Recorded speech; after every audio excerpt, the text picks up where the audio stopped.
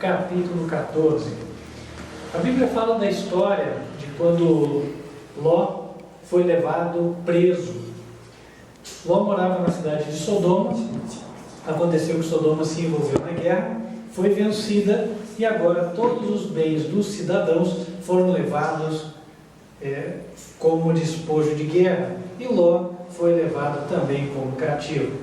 Diz a Bíblia que então Abraão se reuniu, está lá no verso 14, ele viu que o seu irmão na fé, Ló, estava preso, armou os seus criados nascidos na sua casa, eram 318 e os perseguiu até Dan.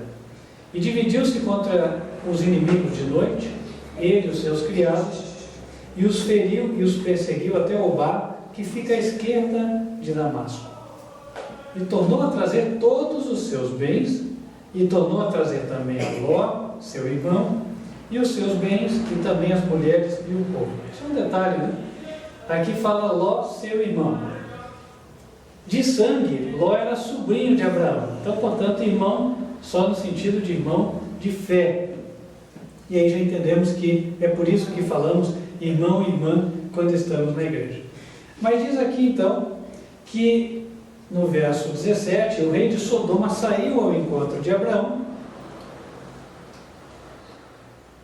E no verso 18 diz que também Melquisedeque, que era rei de Salém, trouxe pão e vinho. E este Melquisedeque era sacerdote do Deus Altíssimo. E Melquisedeque abençoou Abraão, dizendo: Bendito seja Abraão pelo Deus Altíssimo, o possuidor dos céus e da terra. E bendito seja o Deus Altíssimo, que entregou os teus inimigos nas tuas mãos. E Abraão deu o dízimo de tudo. O direito de Abraão era ficar com o despojo de guerra. Mas quando veio um sacerdote, Abraão deu a ele 10% daquilo que havia conquistado. 10% da renda foi consagrado ao serviço do Senhor na pessoa do sacerdote Melquisedeque. E aí ficou estabelecido o ensino de que nós também devemos fidelidade ao Senhor. 10% da nossa renda o Senhor requer como demonstração de que reconhecemos que tudo vem dele. Tudo que nós recebemos vem do Senhor. Nós vamos ter a oportunidade agora de devolver os dízimos e ofertas, aqueles que estão preparados para isso, obviamente. Temos aqui os envelopes. Então, aquele que está preparado, vem, deposita a sua contribuição, enquanto nós estivermos louvando ao Senhor. E você que nos assiste por internet, se você entende que é neste ministério que você deve dizimar e ofertar, nós te convidamos a fazê-lo, entrando em contato conosco, para que nós te informemos como faz. O e-mail é contato@advertenciafinal.com.br. Se você quer apoiar a obra feita por esse ministério, amém, faça isso e nós teremos a satisfação de te prestar o relatório mensal da aplicação dos dízimos e ofertas. Para todos os que desejam, mensalmente nós temos o relatório. Tá bom? Vamos então cantar, temos o hino 18. Enquanto louvamos a Deus, vamos depositar ali os dízimos e ofertas.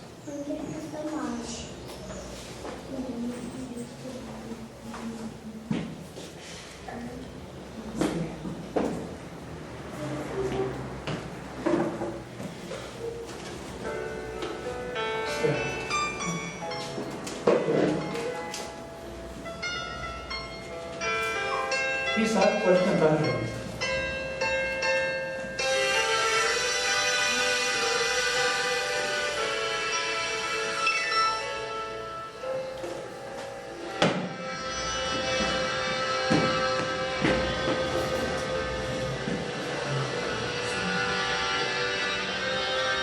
Meu melhor momento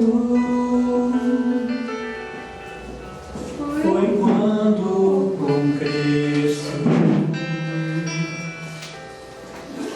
tive um encontro que jamais esquecerei. Da vida cansado,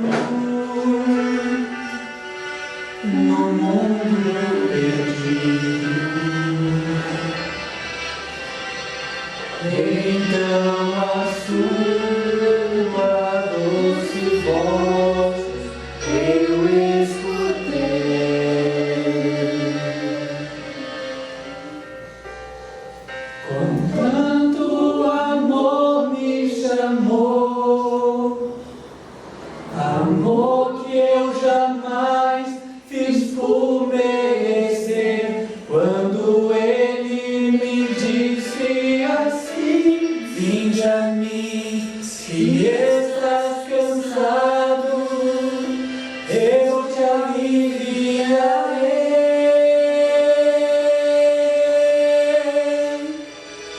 Com tanto amor me atraiu, com tanto amor que eu não resisti, chorando na vida, Ele entreguei. Meu melhor momento foi quando o encontrei. Meu melhor momento.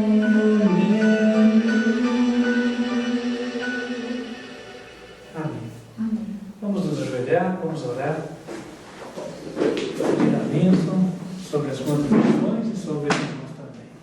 Senhor nosso Deus, nós te rogamos que o Senhor abençoe todos aqueles que aqui vieram. Amém. Todos aqueles que nos assistem pela internet. Amém. Todos aqueles que dizimaram e ofertaram. E todos aqueles que não puderam fazê-lo. Amém. Senhor, que o Senhor possa prosperar a cada um segundo a tua sabedoria. Que para ninguém haja falta. E que todos tenham também com o que contribuir para a tua obra. Amém, meu Pai. Esteja conosco agora na hora da palavra. Venha falar, Senhor, a cada um de nós. Amém. E que saiamos daqui edificados. Saímos daqui preparados para enfrentar a próxima semana. Amém, Senhor. Te rogamos estas bênçãos em nome de Cristo Jesus. Amém. Amém.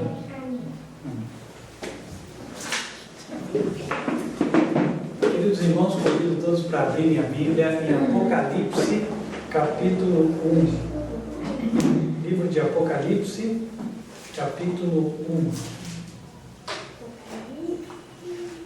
Espero que todos tenham.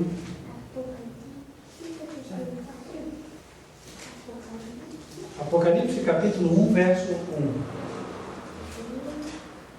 A Bíblia diz ali: revelação de Jesus Cristo, a qual Deus lhe deu, para mostrar a seus servos as coisas que brevemente devem acontecer.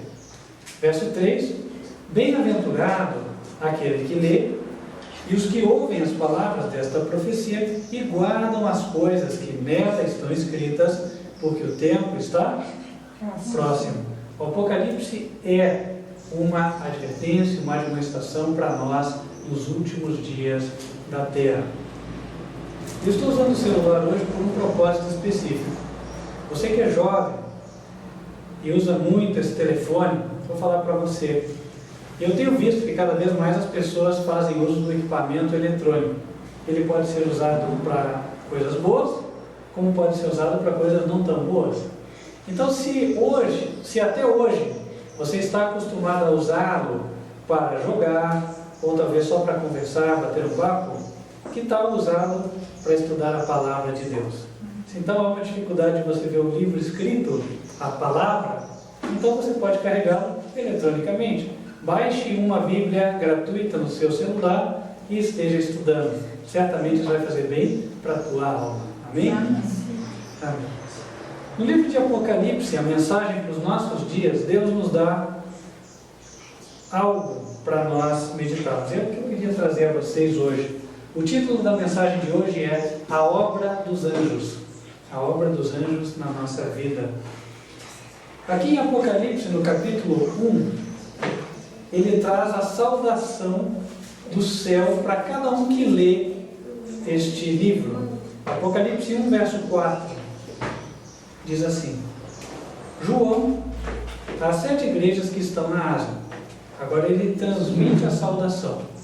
Graça e paz seja convosco, da parte daquele que é, e que era, e que há de vir, e da dos 7 Espíritos que estão diante do seu trono. E também da parte de Jesus Cristo, que é a fiel testemunha. É interessante que, não sei se vocês notaram, a saudação é dada da parte de 3 aqui. Primeiro daquele que era, que é e que há de vir. O sentido aqui é de alguém que é eterno. Ele era no passado, é no presente, há de vir no futuro. Nunca teve interrupção de existência. O Apocalipse, quando fala de Jesus, fala assim: o cordeiro que era, que foi morto, mas que hoje vive. Existe uma diferença. Portanto, esse que era, que é e que há de vir, não é Jesus. Até também porque Jesus é identificado mais à frente, como nós lemos. Ele que era, é e há de vir, no verso 4, é Deus o Pai, Deus o Eterno. Jesus é identificado no verso 5, da parte de Jesus Cristo. Ainda no verso 4, também é-nos enviada a saudação dos 7 Espíritos que estão diante do seu trono. Que ninguém confunda isso com, aqui é o Deus Espírito Santo. Nada a ver com isso. Primeiro, porque a Bíblia não diz Deus Espírito Santo. Segundo lugar, porque fala 7 Espíritos. Então são 7, não é um só. Quem são estes Espíritos que estão diante de Deus lá no céu? A Bíblia fala mais à frente, no Apocalipse, de 7 anjos que compareceram diante do trono de Deus. Abra comigo em Apocalipse, capítulo 8. Vejam lá. Só para dar um exemplo.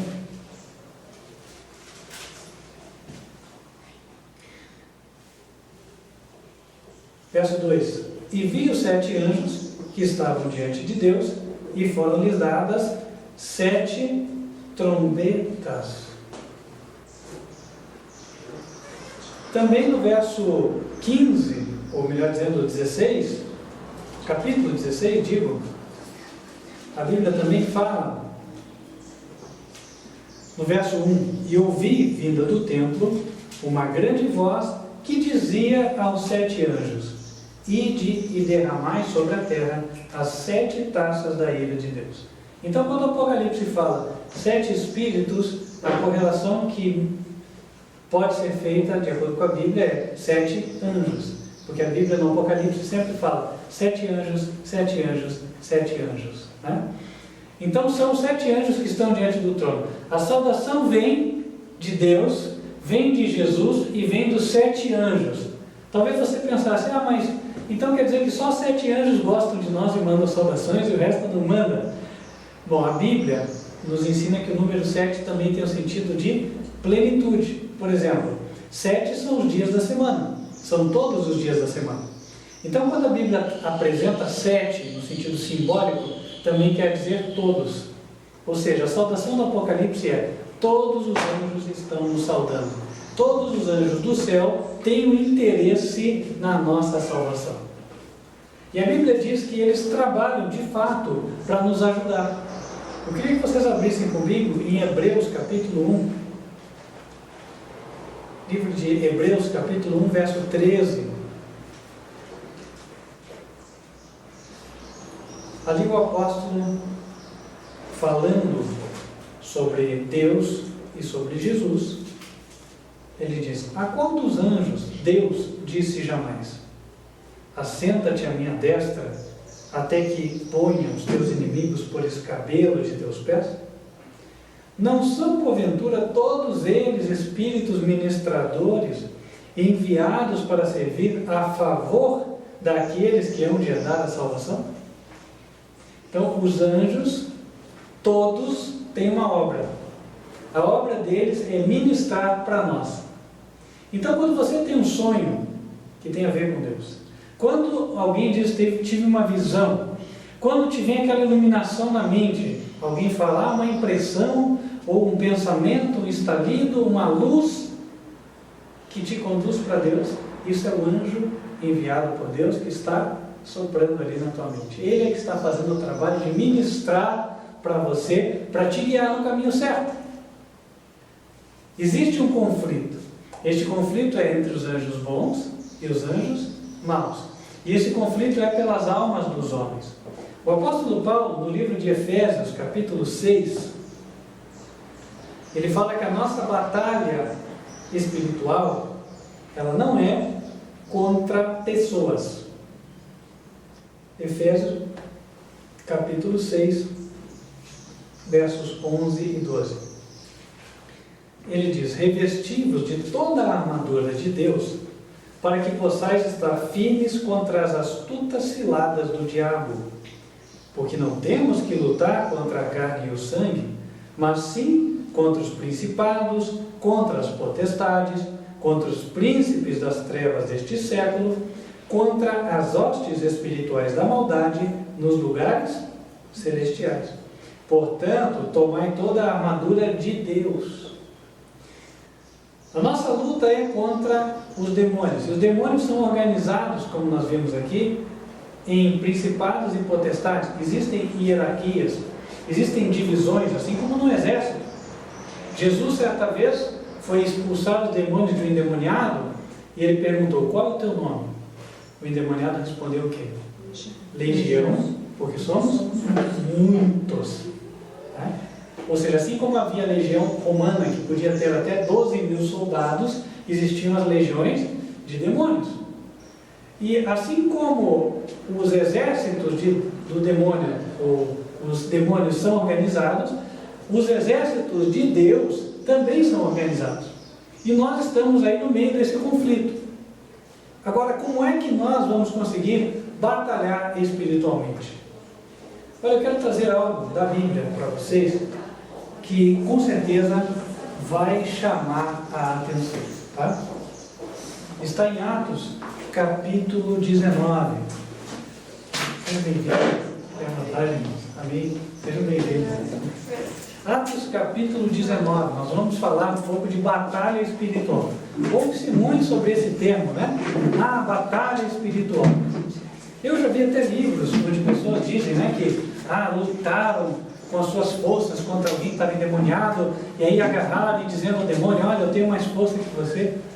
Só que a Bíblia nos ensina uma realidade diferente.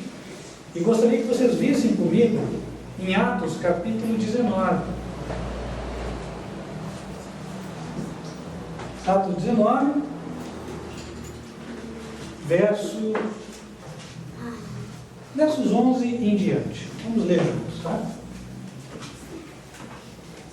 Diz assim: Deus, pelas mãos de Paulo, fazia maravilhas extraordinárias, de sorte que até os lenços e aventais se levavam do seu corpo aos enfermos, e as enfermidades fugiam deles, e os espíritos malignos saíam.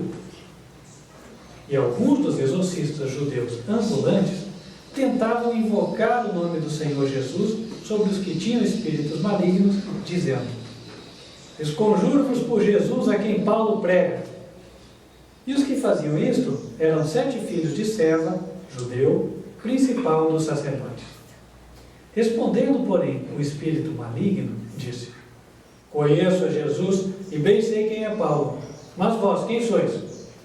E saltando neles o homem que tinha o espírito maligno, e assenhorando-se de todos, pôde mais do que eles, de tal maneira que, nus e feridos, fugiram daquela casa. E foi isto notório a todos os que habitavam em Éfeso, tanto judeus como gregos, e caiu temor sobre todos eles. Olha, aqui a Bíblia nos dá a entender que não há como alguém vencer uma batalha espiritual na força do braço.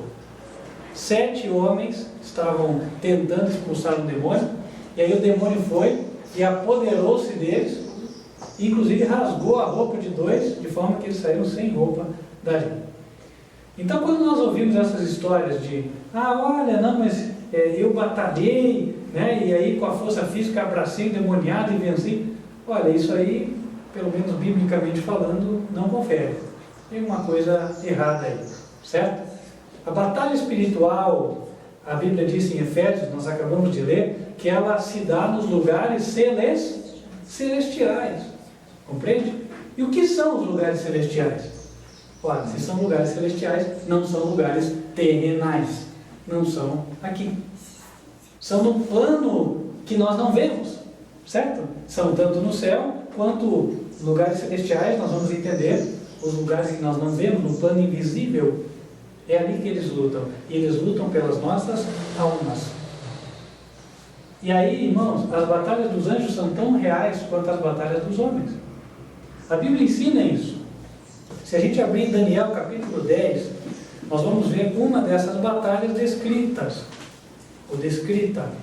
Abra comigo lá, Daniel, capítulo 10.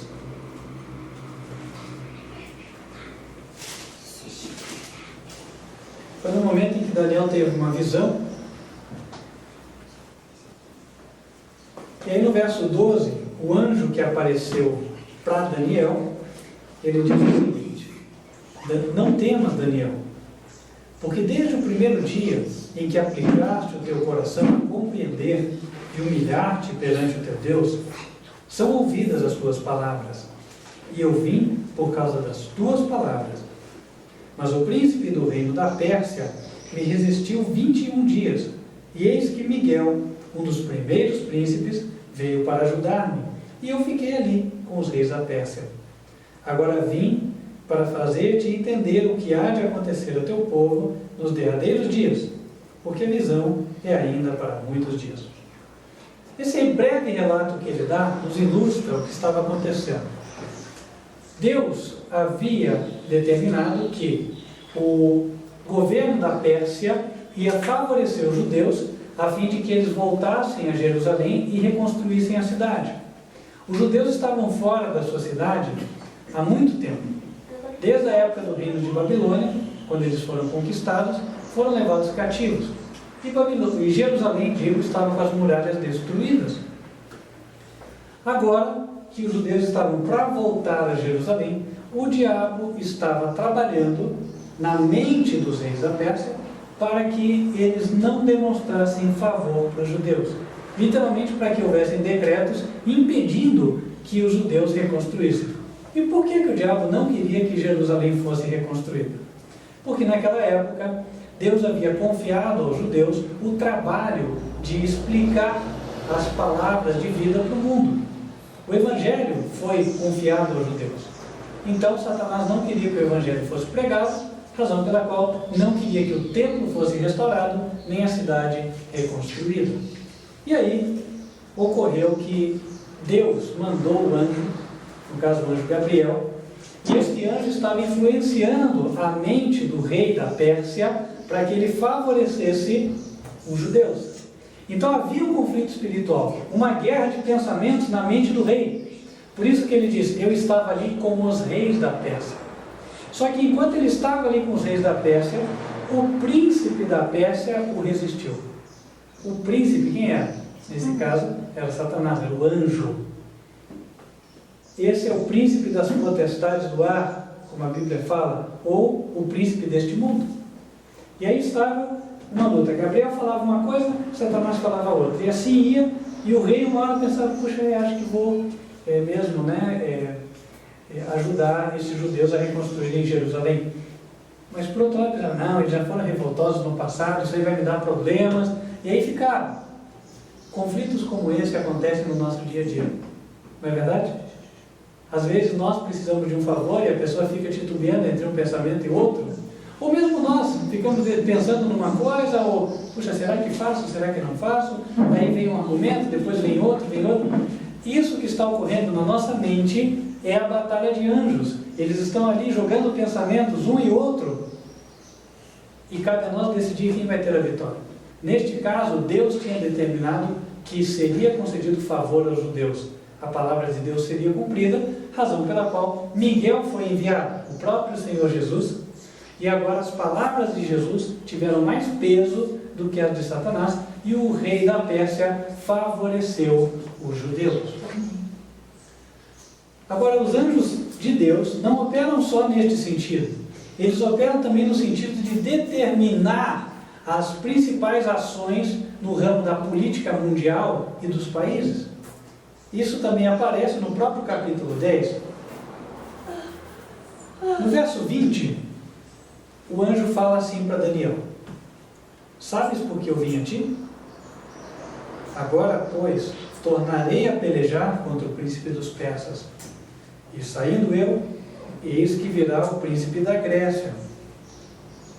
Mas eu te declararei o que está registrado na Escritura da verdade. E ninguém há que me anime contra aqueles, senão Miguel, vosso príncipe. Olha que interessante. Ele fala que ele estava a pelejar contra o príncipe dos persas. O anjo estava trabalhando para que durante o reinado dos persas, os judeus tivessem liberdade. E aí eles pudessem fazer o que Deus queria. Restaurassem o serviço do templo e agora pudessem pregar o Evangelho. Só que quando aquele anjo acabasse a sua obra, quando aquele anjo saísse dali, um outro anjo de Satanás, chamado Príncipe da Grécia, ia fazer a sua obra. E a história veria Alexandre o Grande conquistando o reino persa. Isso quer dizer o seguinte: por que a Grécia não conquistou a Pérsia antes? Porque o anjo de Deus não permitiu. Entende? Os anjos de Deus dominam. E então por isso que a Bíblia nos ensina a orar pelas autoridades. É literalmente pedir para que os anjos de Deus estejam influenciando ali. E aí nós vamos entender: por que o fulano ainda está na presidência e ainda o outro partido não entrou? Possivelmente porque o anjo de Deus não permitiu. Os anjos estão ali, segurando as coisas, para benefício da pregação do Evangelho. Sempre é assim. Em 2 Tessalonicenses, capítulo 2, a Bíblia nos fala do aparecimento do homem do pecado, o filho da perdição, que é a mesma besta do Apocalipse. Esta que trará a última crise sobre a terra.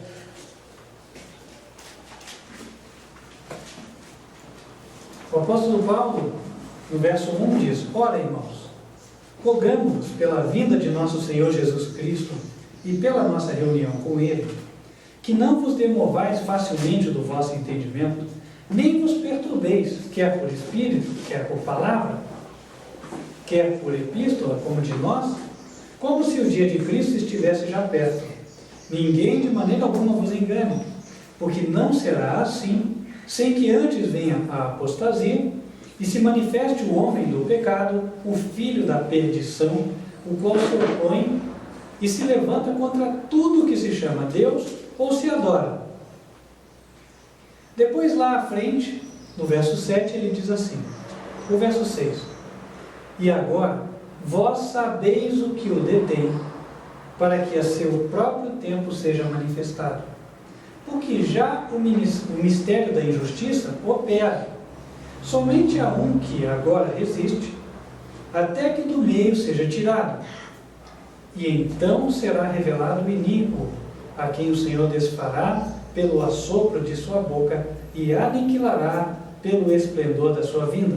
A esse cuja vinda é segundo a eficácia de Satanás, com todo o poder e sinais e prodígios de mentira, e com todo o engano da injustiça para os que perecem, porque não receberam o amor da verdade para se salvarem. E por isso Deus lhes enviará a operação do erro, para que creiam a mentira, para que sejam julgados todos os que não creram a verdade, antes tiveram prazer na iniquidade. Então, começando aqui, em primeiro lugar diz assim, no verso 6, vocês os crentes, vocês os cristãos, sabem o que é que detém o mistério da injustiça. Eles já tinham ciência da obra dos anjos ministradores. Eles sabiam que eram os anjos quem seguravam as forças de Satanás. O mistério da injustiça, verso 7, já opera. Somente tem um que agora resiste, até que do meio seja tirado. O anjo de Deus põe em xeque a operação e as forças de Satanás, até que cumpram-se os propósitos de Deus. Qual é o propósito de Deus que será cumprido? Amém. Mateus 24:14. Este Evangelho do Reino será pregado a todo mundo, para testemunho a todas as nações, e então virá o fim. Primeiro, a verdade tem que chegar a todas as pessoas. Isso quer dizer que os anjos estão pondo em xeque deputados, senadores, presidentes, para que não sejam aprovadas leis que restringam a pregação do Evangelho. Para que a polícia não seja colocada contra os pregadores do Evangelho. Para que todo esse governo de anticristo que está sendo preparado não entre em ação. Tudo isso para que nós terminemos a missão. E aí, quando aquele anjo for tirado, então Satanás terá liberdade para fazer a sua obra. Em linguagem simbólica, a Bíblia fala que Satanás vai receber a chave do abismo, que quer dizer a terra em estado de confusão e trevas. Quer dizer que agora ele vai ter a autorização. Ter a chave é ter literalmente a autorização para abrir a porta. Certo? Apocalipse 8. Vamos abrir lá, vamos ver juntos. Apocalipse capítulo 8. 9. Agora sim, verso 1. E o quinto anjo tocou a sua trombeta, e viu uma estrela que do céu caiu na terra. Estrela no Apocalipse são anjos. Estrela caída do céu, o anjo que caiu do céu, Satanás. O que aconteceu com essa estrela? Foi-lhe dada a chave do poço do abismo. A chave do poço do abismo. E agora ele começa a fazer a sua obra. Mas voltando lá para Tessalonicenses, vamos lá que nós temos ainda mais coisas a extrair daquele texto. No verso 9 de 2 Tessalonicenses, capítulo 2, a Bíblia diz que a vinda do iníquo é segundo a eficácia de Satanás, com todo poder, sinais, prodígios de mentira e todo engano da injustiça para os que perecem. Isso significa o seguinte: o que nós vemos hoje de obras de engano é pouco em relação ao que poderia estar sendo feito. Acontece que o poder de Satanás é restringido. Ele não pode operar com todo o seu poder de engano, com toda a sua obra de engano, porque o anjo de Deus é enviado para impedir a obra. Por quê? Porque ele sabe que nós não estamos preparados. Qual é a única defesa contra o engano? Verdade. É a verdade, não é? Se você sabe qual é a verdade, você não é enganado. Então, por que Deus hoje não permite Satanás operar com todo o engano, se nós temos toda a verdade na mão, nós temos a Bíblia? Porque Deus sabe que nós não conhecemos o suficiente da verdade. Porque no dia que o povo de Deus conhecer o suficiente da verdade, Satanás pode operar com todo o engano da injustiça, que não vai enganar os escolhidos de Deus. Não é verdade? Então, irmãos, nós vemos aqui que é necessário um estudo mais profundo das verdades da Bíblia. Eu vejo muitas vezes pessoas que falam: eu vou orar no monte, eu fiquei a noite inteira, eu fiz campanha de 40 dias, de 1 ano. Ok, a oração é importante, a Bíblia diz que ela é importante. Mas e o estudo da Bíblia? Porque nós precisamos conhecer a verdade. E se nós não conhecemos a verdade, então nós vamos ser enganados. Qual é a verdade? João 17, verso 17. Santifica-os na verdade. A tua palavra é a verdade. Um conhecimento cabal da verdade é necessário. E a verdade é a Bíblia. Sabe que existem pessoas que conhecem sobre muitos ramos de ciência e do conhecimento. Mas o conhecimento que nos leva à salvação é o conhecimento da Bíblia, do Gênesis ao Apocalipse. Não adianta dizer: eu leio só Salmos porque eu gosto dos Salmos, sabe? Eu me sinto tão bem quando eu leio. Eu não gosto muito do Apocalipse, porque fala de desastre, de tragédia e tal. Eu não tenho interesse nisso. A questão não é aqui o que me interessa, o que agrada a minha inclinação natural e o que não agrada. A questão é que o conjunto das verdades bíblicas foi dado com um propósito específico de fazer o quê? De me deixar imune contra os enganos de Satanás. Eu preciso ser imunizado. A vacina está aqui, ou na palavra escrita, e hoje em dia na palavra eletrônica. Se você é jovem, veja, você precisa estudar. Estudar para compreender a palavra, para que você não seja enganado. Quem vai ser enganado pelo inimigo? A Bíblia diz aqui, no verso 10 está escrito: porque não receberam o amor da verdade para se salvarem. Verso 11: por isso Deus lhes enviará a operação do erro para que creiam a mentira, para que sejam julgados todos que não creram a verdade. Não gosto de ler, mas Deus deu a Bíblia. Desculpa dizer, mas Deus não perguntou se a gente não gosta de ler. Poderia ter perguntado, né? Que nem aquele pai com amor piegas, né? Tá bom, meu filhinho, não tem problema, a gente dá um jeito. Não, não é assim. Irmãos, Deus proveu um meio para a salvação. O meio é esse. Então não adianta, sabe, a gente tentar mudar e falar, olha, não dá para vir por aqui também. Não dá, não tem atalho para o céu. O caminho é um só. O caminho é pela palavra. Nós precisamos aprender da palavra. Precisamos priorizar a palavra na nossa vida. E aí cada um pode fazer a sua autoavaliação. Eu não sou juiz, certo? Eu posso avaliar a minha vida. Cada um avalia a sua. Há quanto tempo eu estou dando para a palavra? Para conhecer a verdade. Qual é a prioridade que eu estou dando para a palavra? Será que ela é o principal na minha vida? Ou ela é aquilo que eu vou olhar quando eu tiver algum tempo?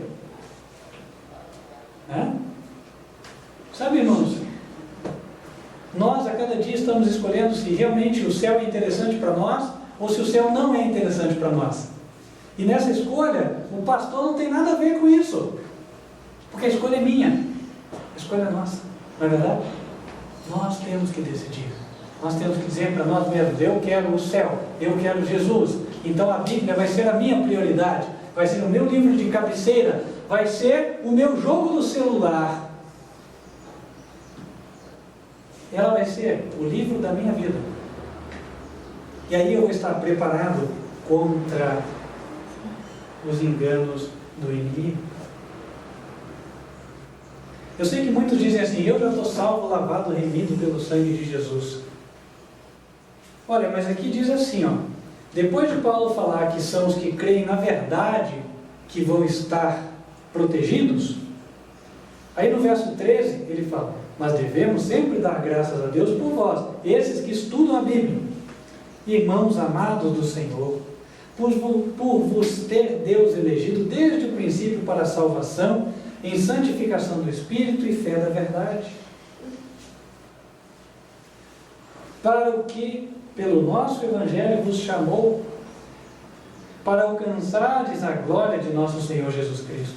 Então, irmãos, estáis firmes e retende as tradições, entenda-se, ensinos, que vos foram ensinados, seja por palavra, seja por epístola nossa. Então, como é que eles são os eleitos? É porque eles estudaram, eles conhecem a palavra, eles conhecem os ensinos e eles retêm. Então, por isso eles são os escolhidos. Por isso eles não vão ser enganados. Eles tiveram o amor da verdade. Então, quando vier o inimigo, os anjos de Deus vão guardá-los. Sabe, irmãos, os anjos estão batalhando por cada um de nós, por cada alma nesta terra.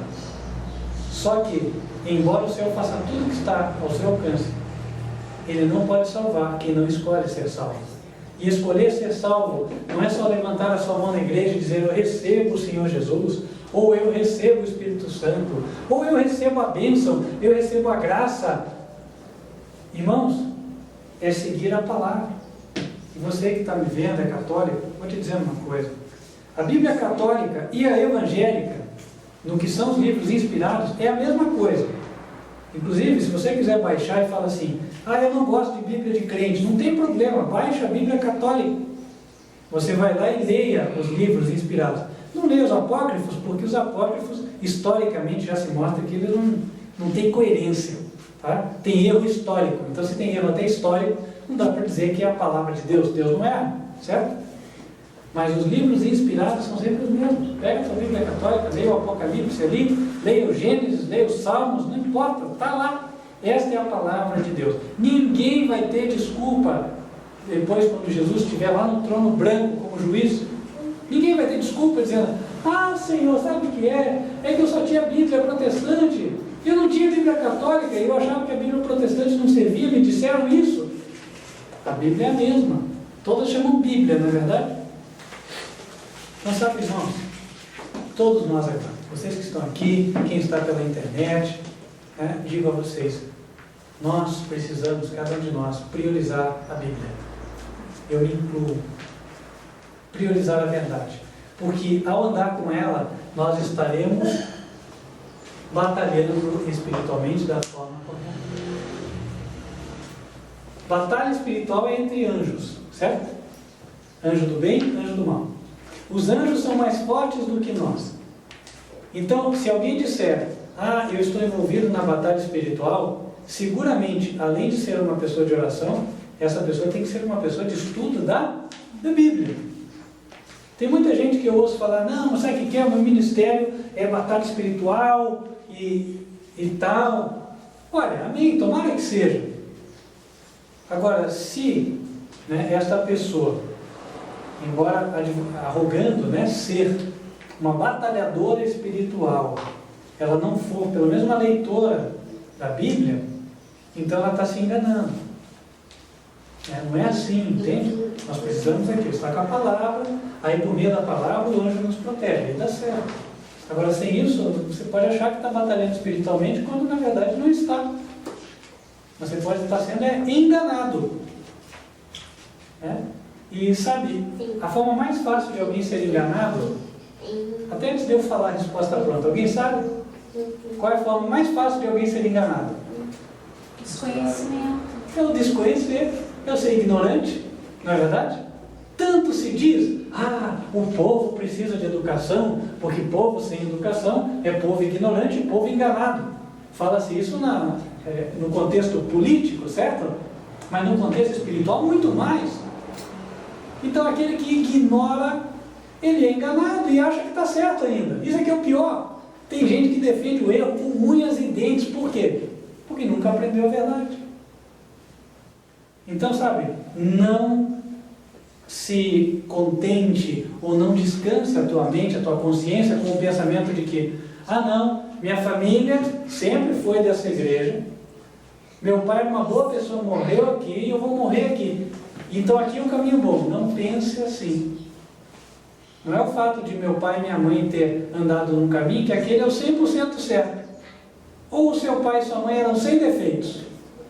Se eles forem igual a Jesus Cristo, eu concordo, dou a mão palmatória para você, eu vou dizer, realmente é assim mesmo. Mas se eles não forem igual a Jesus Cristo, sem nenhum defeitinho, isso quer dizer que eles também precisavam aprender mais verdades.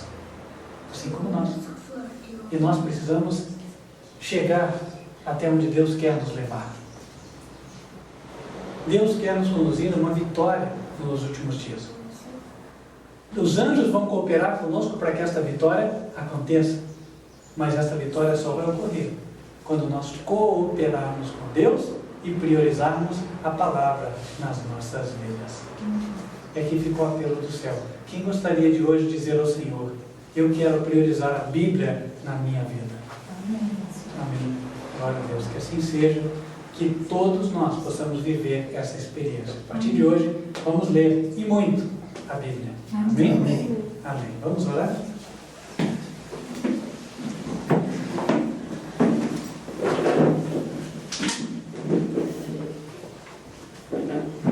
Senhor nosso Deus, nós queremos agradecer o cuidado dos teus anjos ministradores que o Senhor tem enviado a nós.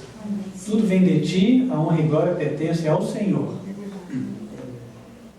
Nós não queremos, ó Deus, transferir a glória aos anjos, em primeiro lugar porque a glória não é à criatura, e sim ao Criador.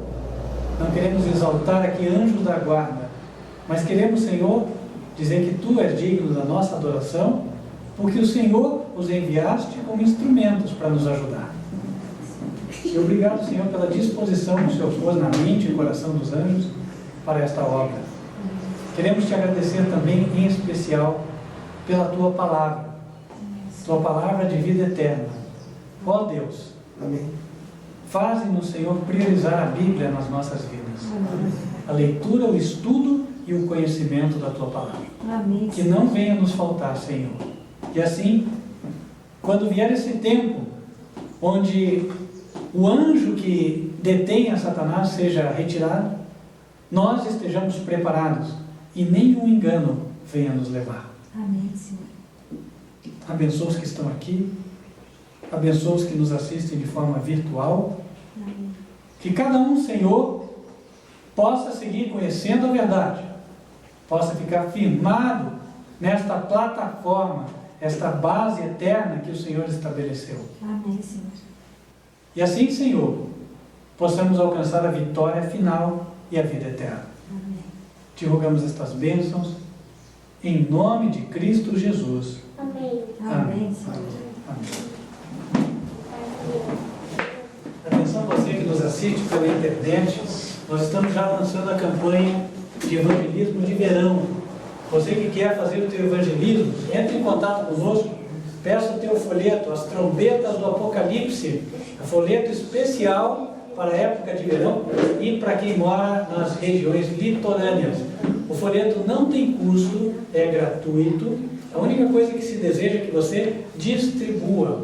Nós não queremos que o recurso de Deus seja desperdiçado para ficar parado em casa ou então para aquele que não tem interesse na mensagem, tá bem? Então você que quer, solicite e solicite também o nosso material. Nós temos aqui algumas revistas, essas aqui estão acabando já, falam sobre a verdadeira história do Natal, tá bom? Você quer instruir as pessoas sobre o que é o Natal de verdade, então você tem a oportunidade. Solicite, entre em contato por e-mail.